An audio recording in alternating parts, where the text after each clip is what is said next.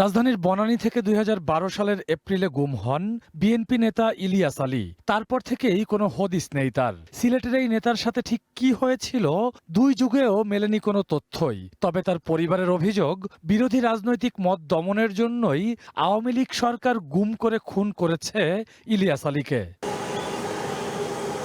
৫ই আগস্ট পরিবর্তিত পরিস্থিতিতে আওয়ামী লীগ শাসনামলে হওয়া গুম, খুন ও অপহরণের মতো মানবতাবিরোধী অপরাধের বিচার শুরু হয় আন্তর্জাতিক অপরাধ ট্রাইব্যুনালে।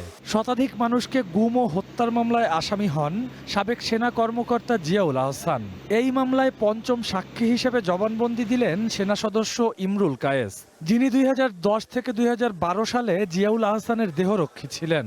দুপুরে ট্রাইব্যুনালে ইলিয়াস আলীর গুমের বর্ণনা তুলে ধরেন ইমরুল।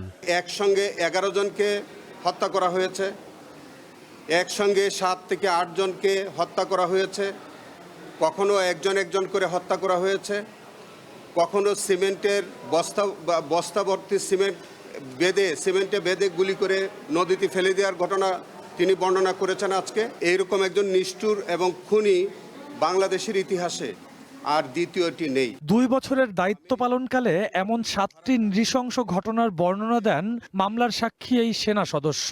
সেখানে অন্তত ৩০ জনকে হত্যা করেছেন সাবেক মেজর জেনারেল জিয়াউল আহসান। সম্ভবত ইলিয়াস আলীকে র্যাব হেডকোয়ার্টারে আনা হয়েছে। এই সাক্ষীটা যাতে না থাকে, এই এভিডেন্সটাকে নষ্ট করবার জন্যে র্যাব হেডকোয়ার্টারে যে ভিডিও ফুটেজ, এই সব কিছু জিয়াউল আহসান ধ্বংস করে দিয়েছে, নষ্ট করে ফেলেছে। যদিও আসামি পক্ষের আইনজীবীর দাবি, জবানবন্দিতে মুখস্থ ও মন গড়া কথা বলেছেন সাক্ষী। নির্মাণে নাম্বার 1 শাহ সিমেন্ট। পুলিশ কর্মকর্তার কাছে যে উনি জবানবন্দি দিয়েছেন, সেই জবানবন্দি একদম দাড়ি, কমা, সেমিকোলন সহ উনি কিন্তু বলে গেছেন। অত্যন্ত এতটাই মুখস্থ ওনার করানো হয়েছে, ওনাকে এতটাই শিক্ষা দেওয়া হয়েছে যে উনি দাড়ি, কমা, সেমিকোলন সব কিন্তু বলে গেছেন। ট্রাইব্যুনালে দেয়া জবানবন্দিতে তৎকালীন দেহরক্ষী ভারতের সাথে জিয়াউল আহসানের যোগাযোগের কথাও তুলে ধরেন। চিফ প্রসিকিউটরের দাবি, ভারতে তার অনুসারী বা কোনো গ্রুপ যুক্ত থাকতে পারে।